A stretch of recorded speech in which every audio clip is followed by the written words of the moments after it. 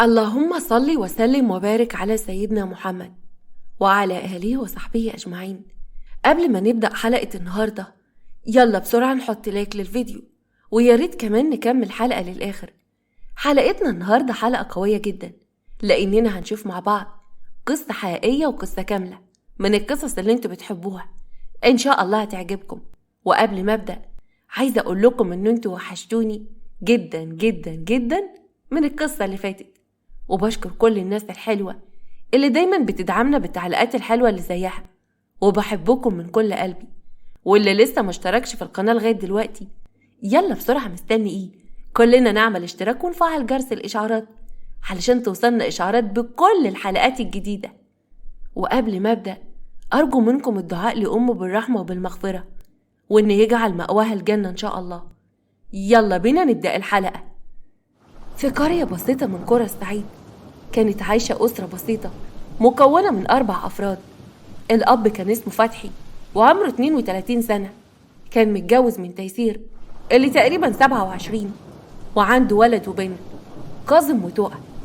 وفي ليلة شتوية الدنيا كانت برد والمطرة كانت نازلة عليهم. البيت كان بيت قديم وكانوا بيعملوا شغلهم الحرام اللي اتعودوا عليه. فجأة وهم قاعدين حتة من البيت ميلت وكانت بتقع عليهم. هما ال4 اتزنقوا تحت الحيطة، الزوجين وأولادهم. فتحي هو تحت الحيطة وبيحاول يزقها بدراعه. يا ساتر يا رب، هي الحيطة وقعت علينا ولا ايه؟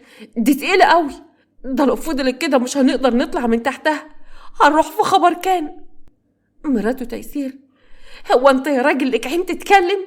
مش قلت لك نمشي من البيت ده؟ لكن انت اللي ما كنتش بتسمع كلامي. هنعمل ايه دلوقتي؟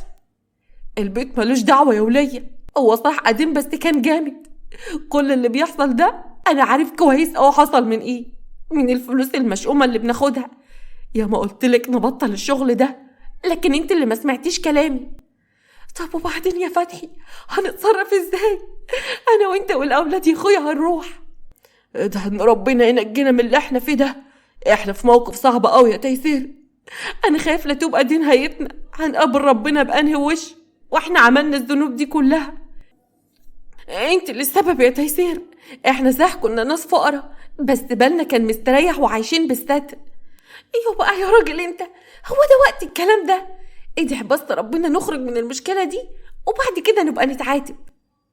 يا ريتني ما كنت سمعتي كلامك من البداية ومشيت وراكي. انا متأكد ان اللي بيحصل ده عقاب من ربنا. يا ريتني ما سمعتي كلامك. يا رب حلها من عندك يا رب، اديني فرصة واحدة وبس اطلع من تحت الحيطة دي انا وعيالي، وان شاء الله يا رب ما تكونش النهاية ومش هعمل حاجة غلط تاني. تيسير كمان قعدت تدعي ربنا: يا رب نجينا احنا وعيالنا من المشكلة دي ومش هعمل حاجة حرام تاني ابدا. وفضلوا يدعوا ربنا كتير قوي وهم تحت الحيطة ومش قادرين يشيلوها من فوقهم. كانوا حاسين ان خلاص هيموتوا وكمان مفيش اي حد ينقذهم. فضلوا على الحال ده يدعوا ربنا، وشوية والحيطة اتكسرت وطقت واتقسمت نصين، وبكل سهولة قدروا يشيلوها من عليهم، وكأن ربنا بدهم فرصة تانية علشان يتوبوا ويبعدوا عن ذنوبهم. وخرجوا ال4 من البيت. فتحي أخد مراته وعياله وراح عند أمه زكية اللي كانت عايشة في منطقة فقيرة جدا في الصحراء كلها خيم، كانوا عايشين على مية الأبار. وبعد كام يوم من قعدتهم في بيت أمهم، تيسير كانت راجعة من عند البير وشايلة جركن المية على راسها. يعني يا ظهري يا اخويا ونفوخ، انا مش قادرة. هو احنا ربنا كاتب علينا الشقة طول عمرنا كده يا فتحي؟ انا وقفت يجي ساعة على طابور المية وكأني يا اخويا كنت واقفة على طابور العيش. هنعمل ايه بس يا تيسير؟ ده الله وده حكمته، البيت اللي كان متوينا وقع فوق راسنا، خلينا بقى نصبر شوية لغاية ما ربنا يفرجها علينا. انت بس يا فتحي، ما انت طول عمرك يا اخويا بتقول لي الكلمة دي، وبعدين انت ولا معاك شهادات، ده يدوبك محو الأمية ودي بقى تبوسها وتقعد جنبها. جرأة يا تيسير، هو انت هتتريق عليا؟ وبعدين ما انا نجار مسلح قد الدنيا، بس انا يجيني شغل والدنيا هتتظبط. هو بس الحل اللي واقف الايام دي. اديك قلت يا اخويا، ربنا كان فاتحها علينا من الشغل اياه، والبلية كانت لعبت معانا، لكن انت بقى اللي بعدتنا من ساعة الحيطة ما وقعت فوق راسنا. على فكرة اللي حصل ده قضاء وقدر، وخلتنا نيجي نعيش هنا في الخيم زي اللاجئين. قصدك ايه يا ولية؟ انت ما اتعظتش من اللي حصل؟ ده الحيطة كانت فوقنا وبندعي ربنا يا ولية، ده احنا طلعنا من تحتها بأعجوبة. احمد ربنا ان احنا لسه عايشين وربنا ادانا فرصة للتوبة. ومين اللي قالك كده بس يا اخويا؟ والله يا فتحي انت غلطان. البيت اللي كنا ساكنين فيه ده كان بيت مهدهد وبايظ، وده شيء طبيعي. لما جم حبة المطر الشداد قام وقع فوق دماغنا. اسمع كلامي يا فتحي، تعالى ناخد يا اخويا الفلوس اللي معانا في البنك ونأجر لنا شقة كده في اي حتة في القاهرة، ونرجع الشغل من تاني ونعيش بكرامتنا وسط الناس احسن من البهدلة دي. ومين سمعك؟ ده انا من ساعة ما جيت هنا وانا مش عارف اخد دش زي البني ادمين، وبروح الحمام العمومي وببقى خايف احسن حد يفتح عليا الباب. شفت؟ دي انت قلت اهو. انا عندي حق، انا وعيالك عايزين نعيش عيشة نظيفة، وولادك دول يتعلموا ولازمهم مصاريف. اسمع كلامه وخلينا نأجر شقة ونرجع لشغلنا والقرش يجري في ايدينا من تاني. فتحي اقتنع بكلام مراته وقرر ان يرجع للشغل اللي كان بيعمله، وهم ما يعرفوش ان النهاية هتبقى أسوأ من التحذير اللي حصل لهم. تعالوا نعرف بقى حكاية فتحي وتيسير من أولها، وكانوا بيعملوا ايه وجمعوا منها الفلوس دي كلها. حكاية فتحي وتيسير بدأت في بيتهم القديم اللي اتهد فوق نفوخهم. كانوا عايشين حياة بسيطة قوي. فتحي كان بيشتغل نجار مسلح وتيسير ربة منزل. وفي يوم فتحي كان راجع من الشغل زي كل ليلة، وتيسير قاعدة ومحضرة العشاء وقعد ياكلوا على ملاية على الأرض. ابنها كاظم كان 10 سنين. يو بقى ياما، هو احنا ما بناكلش فراخ ليه زي البني آدمين؟ هو احنا كل شوية هناكل هياكل الفراخ وبس؟ أنا نفسي كده في ورك فرخة ولا حتة من الصدر. وهي يا ابن الهياكل رخيصة؟ ده الكل يا حبيبي بقى ب80. احمد ربنا على النعمة، غيرك مش لاقيها يا ابني. وبصت لفتحي جوزها. بقولك ايه يا فتحي، ما تنساش يا اخويا تديني الجمعية عشان وصلت المجال اللي كلمتك عليها. معلش يا تيسير، قول لصاحب البيت اول الشهر. وليه بقى ان شاء الله؟ ما تخلينا يا اخويا ندفع مع الجيران، ولا انت عاجبك الطرنش اللي كل شوية بيتسد؟ اصل بصراحة الجمعية اللي قبضتها النهاردة انا اتصرفت فيها. اتصرفت فيها؟ ازاي يعني؟ مش المفروض ان انت قبضتها؟ ازاي تقبضها وتتصرف فيها في نفس اليوم ومن غير ما تقولي؟ اصل بصراحة كده مرات كريم ظروفها بقت صعبة قوي من ساعة ما جوزها اتحجز في المستشفى، وكان لازم انا وزمايلي نساعدها. نعم يا اخويا، تساعدها؟ ده احنا اللي محتاجين المساعدة. ازاي يا راجل تديها الفلوس من غير ما تقولي؟ بصراحة يا تيسير هي ظروفها اصعب مننا. جوزها بيتعالج بالكيماوي وربنا يكفينا الشر، لكن احنا لسه فينا الصحة وممكن نقدر نشتغل. تيسير اتعصبت جدا من جوزها. بايديها مش بايديها؟ بقولك ايه بقى يا فتحي، انت هتعملي فيها راجل؟ طب قوم بقى يا اخويا من هنا، يلا قوم. الله، في ايه بس يا تيسير؟ همشي اروح فين؟ ايه اللي حصل لك يا وليه؟ قوم اطلع بره، انت مش راجل؟ دورلك بقى على حته تاكل فيها ومكان تقعد فيه، وسيبني انا بقى اشحت زي مرات صاحبك اللي بتشحت دي. وطردته بره البيت وقفلت الباب، وفتحي فضل واقف بره. يا تيسير افتحي يا تيسير، عيب كده ما يصحش، الجيران هيقولوا علينا ايه بس يا وليه؟ وفضل يخبط على الباب وينادي، لكن لا حياة لمن تنادي. وأذن الفجر ونزل فتحي صلى الفجر وبات في المسجد. تاني يوم رجع من شغله وفضل يخبط كتير قوي على الباب. ما تفتحي يا تيسير، افتحي بقى. فضل يخبط ويترجاها ان هي تسامحه، وفضل يكلمها من ورا الباب. ما خلاص بقى كفايه شغل العيال ده. افتحي بقى يا تيسير، عيب كده، الناس بتتفرج علينا. يا ست حط نفسك مكانها، الست ظروفها صعبة. بعد الشر عليك يا فتحي، انا مش وحشة اوي زي ما انت فاهم، بس على رأي المثل اللي يعوز البيت يحرم على الجامع، واحنا يا اخويا ظروفنا صعبة. فتحت له الباب ووقف قدامها. حقك عليا يا تيسير، وعايزة اقولك ان ربنا رزقني النهاردة وهعوضك. على فكرة انا كلمت جارنا على وصلة واي فاي علشان تشغلي النت براحتك وما تحسيش بالملل. تيسير فرحت قوي. انت بتتكلم بجد يا فتحي؟ طبعا بتكلم بجد، وبكرة هتشوفي. حضنته. يا حبيبي يا فتحي، ربنا يخليك ليا، أنا مسامحاك، يلا ادخل بيتك يا حبيبي. ودخل فتحي البيت والموضوع عدى. ومرت الأيام وتيسير كانت مهووسة بالإنترنت، كانت دايما بتدخل على برامج التواصل، فيديوهات وتيك توك، وكانت بتشوف البثات كلها وبتستغرب الناس اللي بتطلع لايف وبتاخد فلوس من غير ما تشتغل ولا تتعب. وفي يوم اتواصل معاها واحد على الخاص وسألها إذا كانت شغالة على الابليكيشن ولا لأ. تيسير ما كانتش فاهمة كلامه قوي، فطلب منها ياخد رقمها ويتصل بها ويفهمها أكتر. وفي يوم كانت قاعدة في أوضة النوم وقافل عليها الباب، والشخص ده اتصل عليها، قالوا من حضرتك؟ ويا أخويا حوار الشغل اللي انت كلمتني عنه ده. الشاب ده كان اسمه علي وعنده 35 سنة. الشغل معانا سهل قوي يا مدام، وخاصة في الوكالة بتاعتي، أصلا أنا بحب أدعم الموظفين اللي عندي وأقفل لهم التارجت بسرعة. أنا بصراحة يا أخويا مش فاهمة حاجة من كلامك ده، يعني أنا دلوقتي لو فتحت الكاميرا وقعدت قدامها هيجيني فلوس ولا لأ؟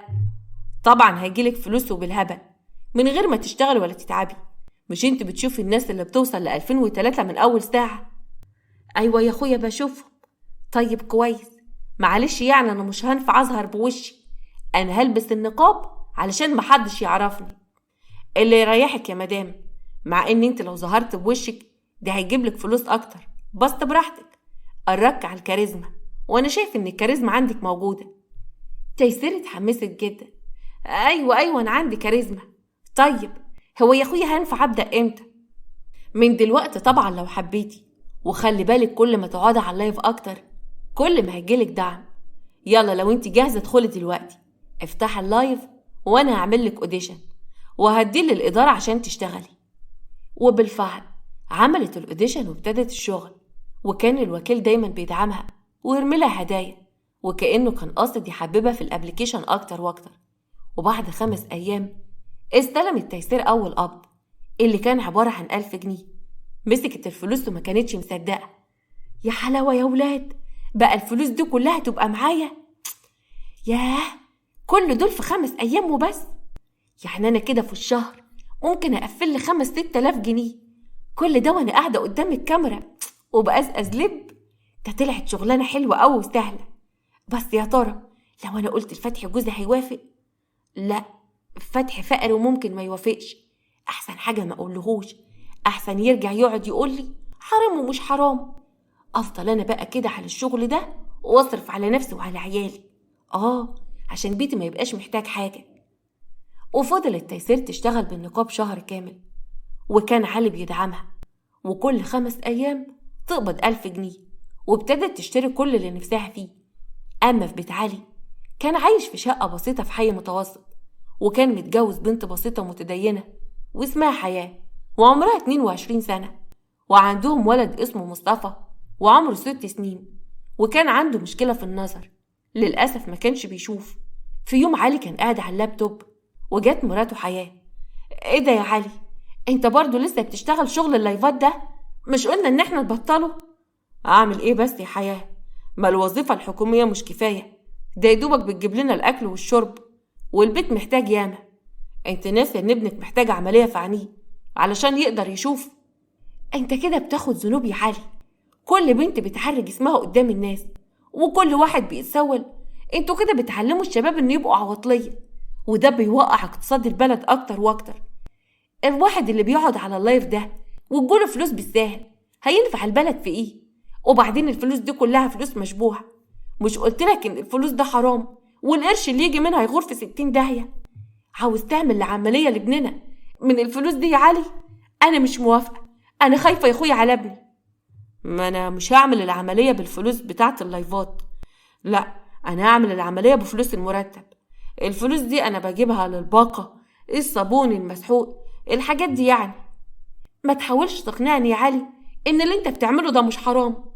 ما خلاص بقى يا حبيبتي، هحاول ابيع الوكالة ومش هشتغل الشغل ده تاني زي ما انت عايزة يعني. عايزاك يا علي تيجي معايا كمان بكرة ونقدم لابنك في مدرسة للمكفوفين. ايه؟ انا اقدم لابني في مدرسة للمكفوفين؟ ليه بقى ان شاء الله؟ بتضحك ليه دلوقتي؟ ايه اللي يضحك؟ انا مش فاهمة. هو انت متخيلة ان ابنك هيتعلم وهيعرف يقرأ؟ طبعا دي مدرسة خاصة للمكفوفين، هيعلموه ازاي يقرأ. ايوه اكيد طبعا هيتعلم زيه زي غيره، وبعدين دي مدرسة للمكفوفين وهيعلموه ازاي يقرأ ويكتب. بطريقة برايل والشغل ده. بقولك ايه يا حياة، انا مش مقتنع، ولو انت مقتنعة انا مش هقبل ابني يروح المدارس دي. لو عايزة تعلميه بجد هاتيلي المدرسين وعلميه هنا في البيت. يا علي مش هينفع، المدرسة فيها نظام، وهناك هيلاقي ولاد كتير من سنه وظروفهم زي ظروفه، ومش هيحس بالزعل على حاله ابدا. علي قام واخد اللابتوب. انا مش عايز كلام تاني في الموضوع ده، الحاجة الوحيدة اللي ممكن اساعدك فيها ان احنا نعمل للواد عملية ونجيب له الادوية اللي محتاجها، وان شاء الله هيشوفه يتحسن. بصراحة كده انا مستعرة اودي ابني في المدرسة دي. وبعدها سابها ومشي، وحياة زعلت قوي ان جوزها مش حابب ان ابنها يتعلم. ومرت الايام وعلي بطل يدعم تيسير، وبدأت تحس بالاكتئاب لان قعدتها طول النهار على اللايف كانت من غير فايدة. اتصلت بيه في التليفون. بقولك ايه يا مستر علي، هو حضرتك نسيتني ولا ايه؟ نسيتك ازاي بس يا ست تيسير؟ مش فاهم. هو انا برضو مش واحدة من موظفينك والمفروض تهتم بيا وتدعمني؟ الظاهر كده ان انت فهمت الموضوع غلط. انا مش من واجبي ان ادعمك طول العمر، وبعدين المفروض انت يدخلك دخل واخد عمولة عليكي. تفتكر ان انا لو دعمت كل الناس اللي عندي اكيد كده هخسر ومش هكسب؟ انا بس وقفت جنبك اول شهر عشان ما يجيلكيش اكتئاب. تيسير ابتدت تحس بالحيرة. يا لهوي، طيب وبعدين يا اخويا؟ ده انا كده ما بيجيليش دعم خالص، هوقف شغل ولا ايه؟ ما انا قلتلك من البداية، طول ما انت بتظهري بالنقاب مش هتكسبي. الداعم اللي بيرملك هيرملك ليه وانت لابسه نقاب؟ طب ما هو ممكن يدعم واحدة حلوة وحاطة ميك اب ونغشة. تصدق ان انت عندك حق يا اخويا. طب والعمل اعمل ايه دلوقتي؟ الداعم داخل البرنامج ده عشان يرفع عن نفسه ويخرج النكد اللي فيه. يقوم يشوف واحدة قدامه منقبة، اقلعها النقاب وظهري جمالك وانوثتك عشان الناس تتعرف عليكي. ويا ريت بقى كمان لو تحطي مكياج ويكون اوفر شوية وتبيني كده قصة. عندك حق يا مستر علي، انا لازم اعمل كده يا اخويا، ونشتغل بنفسي بقى. الله ينور عليك يا ست تيسير. ويا ريت كمان وانت في البث تضحكي مع الناس وتلغيهم وتهزري عشان يرمولك هدايا بنفس. وبالفعل تيسير سمعت كلامه وابتدت تظهر بوشها وتحط الميك اب الاوفر، وكمان تبين شعرها. حبة حبة شالت الطرحة، وبقى يجيلها كل شهر فلوس كتيرة قوي. وفي يوم راجع فتحي من الشغل، كان راجع بدري في اليوم ده، وولاده كانوا قاعدين في اوضتهم بيلعبوا وسايبين المذاكرة. فتحي دخل عليهم. ايه يا كاظم يا ابني، انت واختك قاعدين بتلعبوا ومش بتذاكروا ليه؟ وامك فين؟ دمك بتمسكوا لكم العصايه وبتخلوكم ان انتوا تذاكروا، هي فين وسايباكم كده؟ كاظم ابنه قعد يضحك.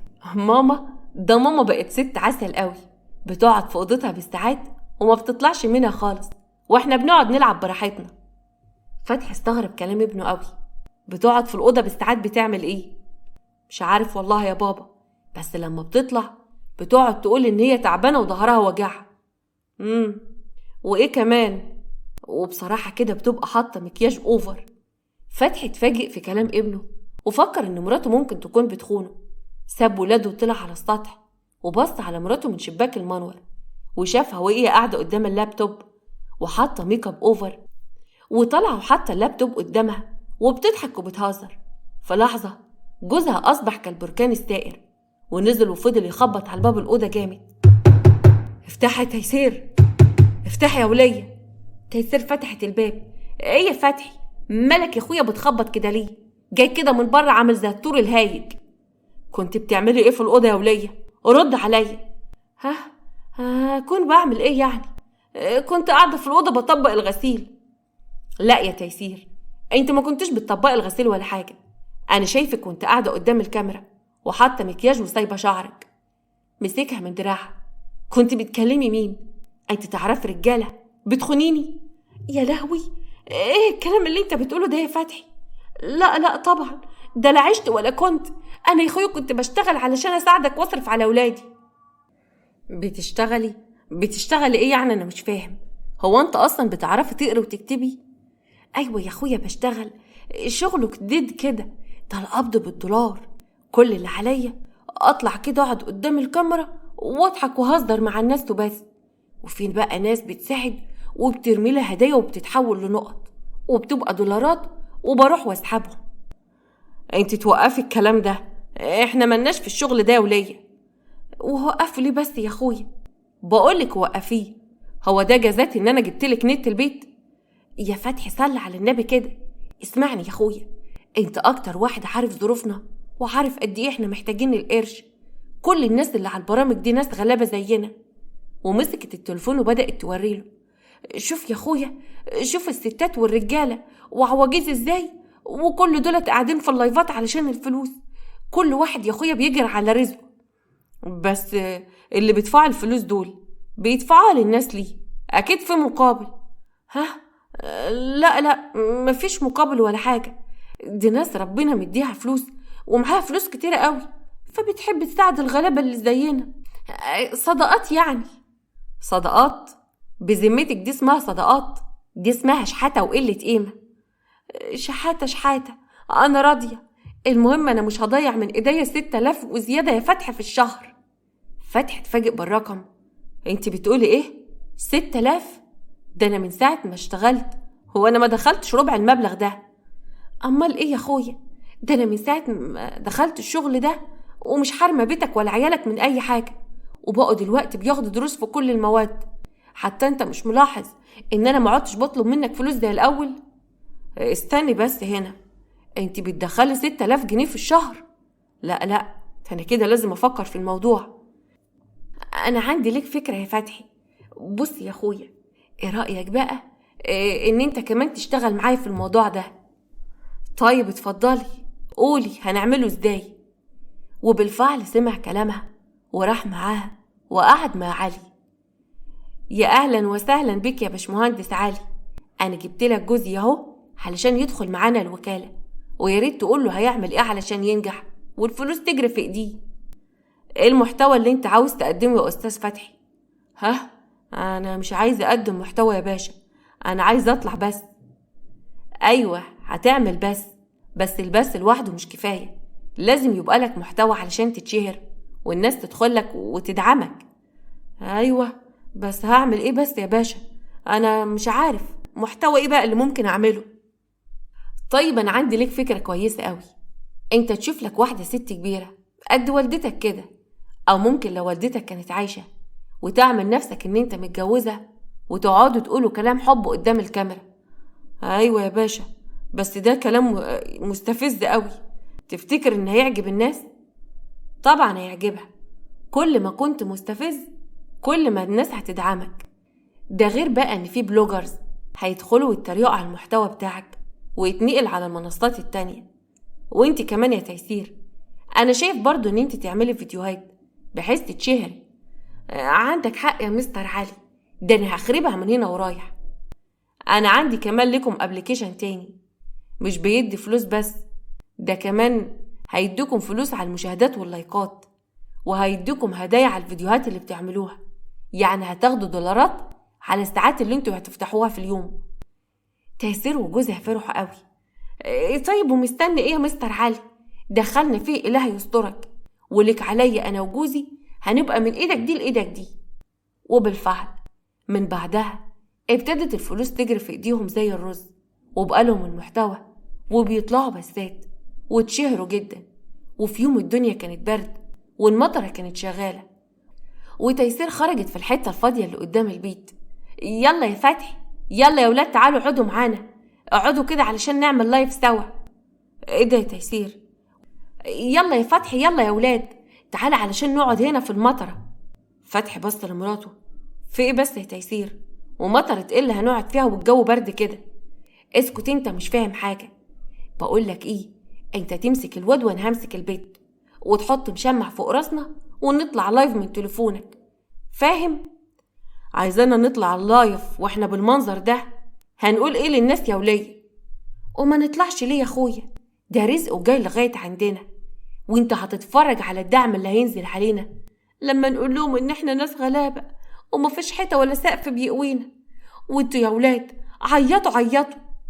وبالفعل جوزها والأولاد سمعوا كلامها وفضلوا أكتر من ساعتين واقفين في عز المطر والبرد وحاطين فوق راسهم مشمع، والدنيا كانت برد جدا لغاية ما البرد ملا جتتهم. وبعد شوية دخلوا الشقة بتاعتهم اللي كانت خلاص الحيطان دابت من كتر المطرة والحيطة ميلت عليهم، وقعد يدعو ربنا إن ينجيهم وإن هما مش هيرجعوا تاني للي كانوا بيعمليه. وقعد يدعو ربنا إن ينجيهم ومش هيرجعوا تاني أبدا للشغل ده. ولما ربنا نجاهم وراحوا قعد عند أم فتحي ما تحملوش العيشة هناك وقرروا يرجعوا تاني. وبالفعل راحوا وأجروا شقة من الفلوس اللي كانوا مجمعينها. وفي يوم دخلت تيسير البلكونة عند جوزها. ايه يا فتحي، لقيت شغل ولا لسه؟ لسه يا تيسير، ادعيلي. بدعيلك يا اخويا، بس الظاهر كده ان ابواب السما دايما مقفولة. قصدك ايه يا تيسير؟ قصدي يا اخويا بدل ما انت قاعد تدور على شغل من ساعة ما رجعنا عند امك، ما تخلينا نرجع لشغلنا تاني والفلوس هتجري في ايدينا. ما تبقاش فقري، اسمع كلامي. احنا اخدنا على عيشة العز واكل الوز، حرام انا والعيال نرجع للفقر. فتحي اقتنع بكلام مراته وقرر يرجع لشغل اللايفات تاني. وفي يوم كانت مراته قاعدة قدام البث وبتكلم واحد اسمه حسني، كان راجل عنده 50 سنة وعايش في السعودية. أنا سبت البلد وبنت عندها 5 سنين ورحت الكويت، وبعت الأهل وقلت لهم إن أنا مش لاقي شغل، لكن محدش كان بيسأل فيا. وبعدها رحت على السعودية واشتغلت والفلوس جريت في إيديا، بس زي ما أهلي رفضوا يقفوا جنبي أنا كمان رفضت أبعت لهم. تيسير كانت قاعدة قدامه على اللابتوب وهي بتكلمه على البرنامج. جدع يا حسني، اوعى تبعت لهم فلوس يا اخويا، اللي ما يعملكش تاج على راسه ما تعملوش خلخال في رجلك. عندك حق يا ست تيسير. ودلوقتي قاعدة تبعت له وتقول لبنتك عايزة تتجوز وتتجهز. ايه ده انت شكلك حكاية. بقول لك ايه، ارميلي بقى الهدايا اللي معاك وانا هبعت لك رقم تليفوني برايفت وبعد البث هتصل بيك. لا مش عايزة اشغلك بمشاكلي. عيب عليك يا راجل، ما تقولش كده، ده انت على راسي. وبعدين الناس بتحبني قوي وبيرتاحوا في الكلام معايا. ارمي بس الدعم اللي معاك بسرعة، ولا انت بقى ناوي تروح عند حد تاني؟ لو رميت لحد تاني ازعل منك. وبالفعل حسني اداها كل الفلوس اللي كانت معاه في محفظته ورمالها الهدايا. وبعد شوية اتصلت على رقم التليفون اللي بعتهولها وفضلت تضحك وتهزر وطلبت منه اللي يشحلها ويدعمها. وبعد ما خلص كل فلوسه على تيسير راح على السكن اللي قعد فيه. كان قاعد مع 3 أصحابه. اتصل بها اخوه رفعت من مصر. هيا حسني، عملت ايه في المبلغ اللي طلبناه منك عشان نجهز بنتك؟ وانتوا لسه جايين تفتكروني دلوقتي؟ افتكرتوني دلوقتي عشان جهاز البنت؟ الاول ما كانش حد بيسأل فيا ولا بيعبرني. ليه بس بتقول كده يا حسني؟ احنا طول 15 سنة اللي فاتت دورنا عليك كتير وكنا فاكرين ان انت في الكويت، اتاريك سبتها ورحت السعودية من غير ما تقول لنا. احنا ما ظلمناكش يا اخويا، انت اللي ظلمت نفسك وظلمت بنتك. طيب يا رفعت، انا مفيش معايا فلوس ومش هجهز البنت ومش هبعت حاجة، ولو معاك انت جهزها وجوزها. وقفل السكة في وش اخوه وملمش على نفسه ابدا، لانه عمل كده وأثر في حق بنته. اما في بيت تيسير وفتحي مرت الايام، وفي يوم هما الاتنين كانوا قاعدين سوا على السرير وحواليهم فلوس كتيرة قوي. ياه، شفت الله جاب لنا فلوس قد ايه يا تيسير؟ امال انت فاكر ايه يا اخويا؟ كل ما هنوسع في شغلنا ونطلع كلنا سوا والفلوس هتكتر، وهتعرف ان انا كنت على حق. ده الاولاد ظهورهم معانا كمان بيجيبوا لنا فلوس كتيرة قوي. بقولك ايه، احنا لازم بقى نروح شقة تمليك.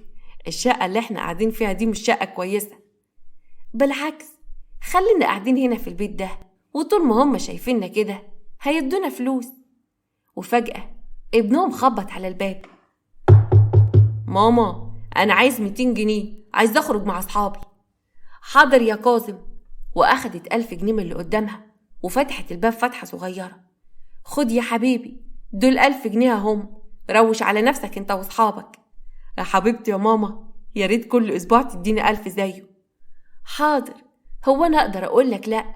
ده أنت العين الجوانية. أهم حاجة لما أبقى في الأوضة ما تفتحش عليا الباب، تناديني كده وأنت بره، فاهم يا حبيب أمك؟ حاضر حاضر يا ماما. وبسرعة مشي ابنها ورجع تاني ترسل له جوزها. هتفضل باصص على الفلوس كده؟ ما تقوم يا اخويا تشيلها فوق الدولاب وخد لك كده 1000 جنيه عشان الواد بتاع الدليفري. دليفري ليه بس؟ هو انت مش هتطبخ النهارده؟ هطبخ مين؟ هو انا فاضيه اهرش؟ اليومين دولت راس السنه، اعياد يعني، والدعم حلو قوي، بلاش نضيع وقت من ايدينا. احنا ما صدقنا ان احنا رشقنا في دماغ الناس. وبالفعل فتحي اخد الفلوس وطلع بقى على بره، وفضل قاعد مستني بتاع الدليفري. وفجأة الباب خبط، وكانت أمه زكية. لما فتح استغرب. أما إيه اللي جابك ياما؟ زكية زقته ودخلت الباب. هي دي برضو مقابلة تقابلني بيها؟ انت يا واد ما بتسألش عليا ليه؟ ده انت كنت كل شهر بتيجي تديني 500 جنيه، ما بقتش تسأل فيا خالص يا فتحي. معلش ياما ظروف، بس انت عرفت طريقي وعنواني منين؟ انا سبت الشقة القديمة بقالي اكتر من شهرين. ما هو يا ابني في الشهرين دولت انت ما سألتش عليا.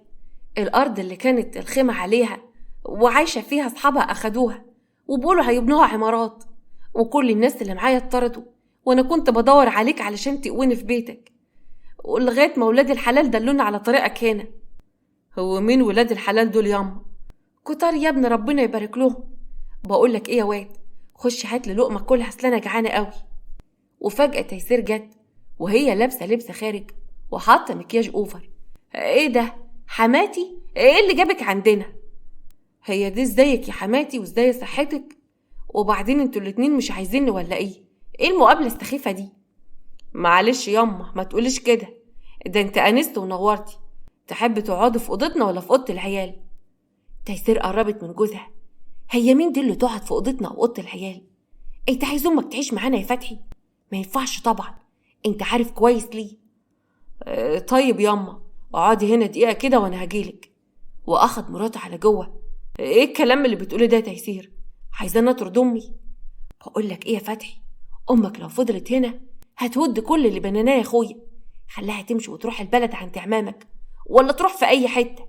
بقولك ايه، احنا دلوقتي معانا فلوس والفلوس بتكتر وسندانه. فتحي خرج الصاله تاني. معلش ياما مش هينفع تقعدي معانا هنا في البيت. اخص عليك يا فتحي، بتطردني من بيتك؟ روح يا ابني إلها ما تكسب ولا تربح، بذنب ما انت طردتني من بيتك وتذلني وتحوجني للغريب. واخدت زكية بعضها ومشت وهي غضبانة. اما عند الوكيل علي قدر يوفر فلوس عملية ابنه، لبس وجهز علشان ياخده على المستشفى عشان يعمل له العملية. وجت مراته حياة وماسكة في ايديها مصطفى اللي كان لابس نضارة سودة. هاي يا علي، جهزت عشان نروح المستشفى؟ ايوه جهزت، اهم حاجة ابننا جاهز. انا جاهز يا بابا، انا مش عايزة اعمل العملية دي. حياة وعلي بصوا لابنهم. ليه بس كده يا مصطفى؟ ده العملية دي لو نجحت هتشوف وهتبقى كويس، وتشوف الألوان وتتعلم ازاي تقرأ وتكتب، وهتشوف كل حاجة. أنا خايف ما اشوفكوش تاني، أنا خايف قوي، أنا بحبكم وعايز أفضل معاكم، خليني قاعد جنبكم هنا، مش عايز أعمل عملية. لكن علي شال ابنه. يا بطل ما تقولش الكلام ده، أنا عايزك تكون شجاع، العملية دي سهلة وإن شاء الله هتنجح وهتشوف وهتبقى كويس. تعالى بقى لما لبسك الكوتش واربطهولك كويس. وابتدى علي يلبس لابنه الكوتش ويربطه. وحياة بصت لعلي. علي، انت متأكد ان فلوس العملية دي انت جايبها من شغلك في الشركة؟ من شقاك وتعبك يعني؟ وان هي بعيدة عن فلوس اللايفات؟ طبعا طبعا، امال يعني هكون جايبها منين؟ هو في حد بيلاقي الفلوس اليومين دول؟ بطلي عبط بقى يا شيخة، يلا يلا بس عشان نلحق العملية. واخد مراته وابنه وراحوا سوا. وبعد كام ساعة خرجت الممرضة من أوضة العمليات وهي بتجري. حياة قلقت قوي وطلعت تجري ناحيتها ووقفتها. لو سمحت في ايه؟ انت طالعة بتجري ليه كده؟ ابني حصل له حاجة؟ مع الأسف يا فندم، ابنك نزف كتير جدا وانا رايحة دلوقتي على بنك الدم، هجيب له كوسين، أرجوك ادعيله. يا لهوي ابني، يا رب سلم ابني يا رب. علي سند على الحيطة وكان خايف قوي على ابنه. يا رب يا رب عملية ابني تنجح، يا رب، ده انا ماليش في غيره في الدنيا، أوعدك إني مش هشتغل الشغل ده تاني أبدا. كان بيدعي من قلبه زي كل مرة إن ربنا يسترها معاه، لكن ربنا وحده اللي كان عالم باللي في نيته، إن هي غير صالحة، وإنه بيقول حاجة واللي جواه حاجة تانية خالص. وعلشان كده بعد دقايق الممرضة خرجت والحزن كان باين على وشها. أنا متأسفة أوي يا جماعة، للأسف البقاء لله. حياة صدمت وقعدت تصرخ بأعلى صوتها: ابني علي، ابنك راح مننا يا علي، يا رب يا رب صبرني. علي كان واقف مصدوم واتأكد إن فلوس اللايفات مش حلال وهي السبب في ضياع ابنه، وبعدها قرر إن مرجعش للشغل ده تاني أبدا. أما في شقة فتحي كانوا قاعدين بياكلوا الدليفري كالعادة يعني، والأكل كان كبدة وسجق وسمين، وشربوا حاجة ساقعة. وفجأة فتحي حس بوجع في جنبه. الوجع بيزيد قوي، أنا جنبه وجعني قوي. تلاقيك بس تقلت من الأكل، الصراحة الكبدة حلوة. لا أنا جنبي اللي وجعني قوي يا تيسير، أنا مش قادر والوجع بيزيد. طيب يا أخويا أنا هتصل بالدكتور يجي يشوفك. فتحي حط إيديه على جنبه. بسرعة يا تيسير بسرعة، أو خدينا على أقرب مستشفى. وبالفعل تيسير أخدته على أقرب مستشفى، وبعد الكشف والتحاليل الدكتور في غرفة الكشف: للأسف يا أستاذ حضرتك عندك مشكلة كبيرة أوي في الكلى. تيسير قربت من الدكتور: يا لهوي يا دكتور، وده جاله من إيه؟ أكيد بياكل حاجات كتيرة من بره، أوقات الحاجات دي بتكون ملوثة وده بيخلي الكلية ما تقومش بوظيفتها بشكل كامل. فتحي بص للدكتور وهو حزين: طيب وبعدين يا دكتور إيه الحل؟ لازم تعمل غسيل في الأسبوع مرتين، وكمان هكتب لك على شوية أدوية وربنا يشفيك. ورجع فتحي من تاني على بيته وقعد لوحده في أوضته وهو حزين وتعبان. جت تيسير: في إيه يا حبيبي؟ أنت مش ناوي تطلع معانا لايف؟ لا مش هطلع تاني يا تيسير، إحنا لازم نسيب الشغل ده. لا يا حبيبي شيل حرف النون ده من دماغك خالص، إحنا مش هنسيب الشغل ده أبدا. عايز تسيبه سيبه لوحدك، وريني بقى هتلاقي شغل فين بحالتك دي، وكمان هتجيب مصاريف الغسيل منين؟ سابته ومشيت. أنا خلاص فهمت واتعظت وقررت أرجع لربنا، ربنا يسامحني على كل اللي عملته. أنا لازم أرجع وأصلي وأدور على أمي وأجيبها، أنا خلاص مش عايز حاجة غير رضا ربنا. أما حسني اتطرد من شغل في السعودية ودور على شغل تاني وملقاش، ما كانش قدامه حل غير إن يرجع على مصر تاني ويعيش وسط أهله. ولما رجع على شقته اللي اتجوز فيها من 20 سنة خبط على الباب، وفجأة فتح له أخوه رفعت. حسن اتصدم: انت بتعمل ايه هنا يا رفعت؟ اهلا يا حسن، حمدلله على سلامتك. اتفضل يا حسني، حمدلله على السلامة، اخيرا فكرت ترجع لبلدك. انا مش هتفضل ولا زفت، انت بتعمل ايه في شقتي يا رفعت؟ فجأة ماجدة جت من جوه وهي لابسة روب. ده يبقى جوزي يا حسني. جوزك ازاي يعني؟ انا اللي جوزك يا ماجدة، انا ما طلقتكيش. ليه؟ هو انت ما تعرفش ان انا خلعتك من كام شهر؟ انا عشت استناك 15 سنة على امل ان انت بتشتغل وبتحوش وهترجع وتشغلهم وتجوز بنتك. كنت فاكرك ان انت راجل يعتمد عليك، لكن اول ما احتاجتك لقيتك عيل، علشان كده رفعت عليك قضية خلع واتجوزت اخوك. انت ما تعرفيش ظروفي كانت عاملة ازاي؟ لا عارفاها كويس قوي. انت هربت من بنتك ومن مسؤوليتها اللي وقف جنبينها واخوك اللي جوز بنتك، وساعتها بقى قررت ان انت ما يبقالكش وجود في حياتي وخلعتك. حسني كان حاسس ان قليل قوي قدام نفسه، اخد بعضه ومشي بعد ما ضيع شقاه وتعبه بتاع السنين كلها على الدعم والكلام الفاضي واللحظات. فكر ان هو لو كان حافظ على فلوسه وكل ما اللي صرفه في اللعبة على اللايفات ودعم البنات ووفرهم لبيته وبنته كان بقى سعيد وسط اسرته، لان كل البنات والستات اللي عرفهم في حياته كانوا بيجروا وراه بس عشان الفلوس. اما في بيت فتحي وتيسير، تيسير لبست فستان خارج وحطت ميك اب اوفر وقعدت كالعادة قدام الكاميرا وابتدت تضحك وتهزر في اللايف مع الداعمين الكتار اللي كانوا بيدوها الهدايا. ايوه ارمي يا عمهم انت وهو، اهلا بيك يا كبير نورت، يلا ارمي اليخت بقى ولا الاسد، ما تنساش الاسد، وحياة ابوكم يلا وصلوني للمليون. وابتدت تحس إن قلبها وجعها قوي. مسكت المروحة وابتدت تهوى على نفسها وهي قدام اللايف. يا ساتر يا رب، هو الجو ماله كده؟ هي الدنيا احترت مالها كده مرة واحدة؟